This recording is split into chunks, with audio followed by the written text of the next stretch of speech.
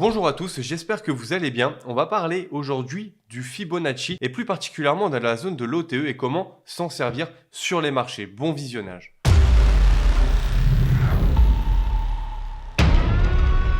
On va commencer par Fibonacci. Vous le retrouverez ici, sur votre gauche, sur TradingView, retracement de Fibonacci. Nous, on va configurer notre Fibonacci parce que là, vous allez voir, quand il est brut, c'est particulier. Là, je vous trace le retracement de Fibonacci tel que vous l'avez dès que vous rentrez sur TradingView. Nous, on va retirer pas mal de données parce qu'il n'y a qu'une seule donnée qui va nous intéresser, ça va être l'Optimal Trading Entry, l'OTE justement. Donc là, on va aller dans Paramètres. On va garder ici clé 61.8. Justement, à l'entrée de notre zone de l'OTE, ça va être une zone qui nous intéresse. Ici, on va changer les 786 en 705 et ici, on va changer en 0,79. On va garder que ces données-là. Les 0, les 0,5, les 61,8, les 705 et les 79 et bien sûr le 1. Personnellement, je n'ai pas besoin de voir ce remplissage. Je veux que ce soit un maximum épuré pour mieux lire mes graphiques.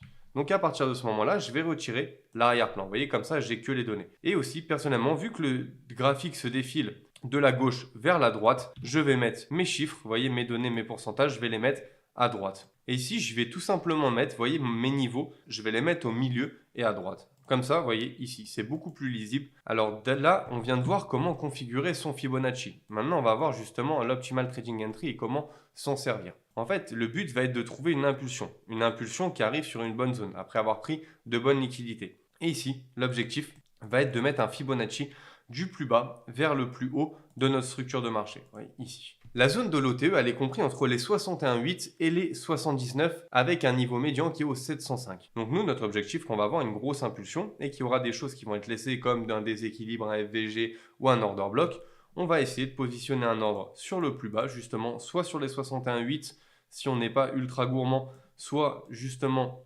sur les 705.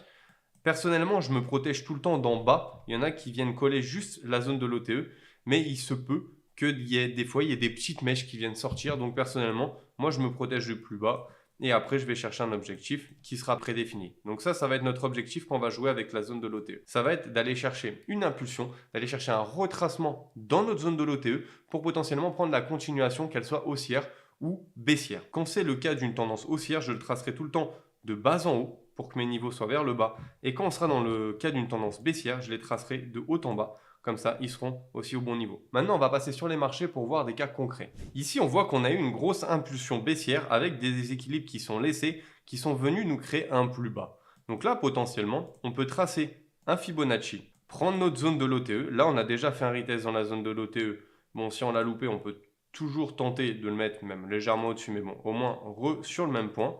Et on peut aller chercher par la suite un nouveau plus bas. Le prix est revenu dans la zone de l'OTE avant de créer par la suite un nouveau plus bas.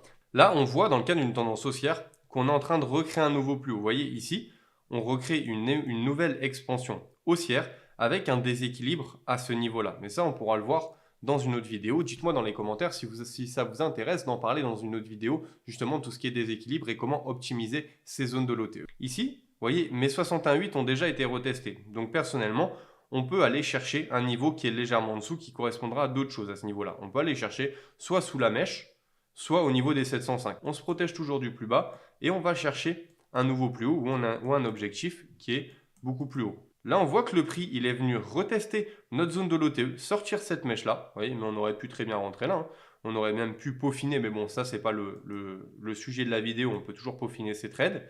Et après, par la suite, le prix est venu créer un nouveau plus haut. On aurait pu définir un objectif précis. Là, après, les gens traitent comme ils veulent. Chacun sa façon de trader. Mais voilà, là, vous avez justement la visualisation de comment servir de la zone de l'OTE. Vous attendez une expansion, qu'elle soit haussière ou baissière. Mais une fois que vous avez votre expansion haussière, un potentiel déséquilibre ou un order block, vous placez votre zone de l'OTE et voyez que le prix réagit énormément à ces zones de l'OTE. Que ce soit les 61,8, que ce soit les 705, que ce soit sur de la crypto ou du forex, vous verrez que ça répond énormément à la zone de l'OTE. Et dès que vous arrivez à placer tout le temps vos zones de l'OTE dans la bonne tendance, vous allez voir, c'est jackpot. J'espère que vous avez aimé cette vidéo. N'hésitez pas à mettre des commentaires pour que je puisse faire d'autres vidéos sur des sujets qui vous intéressent.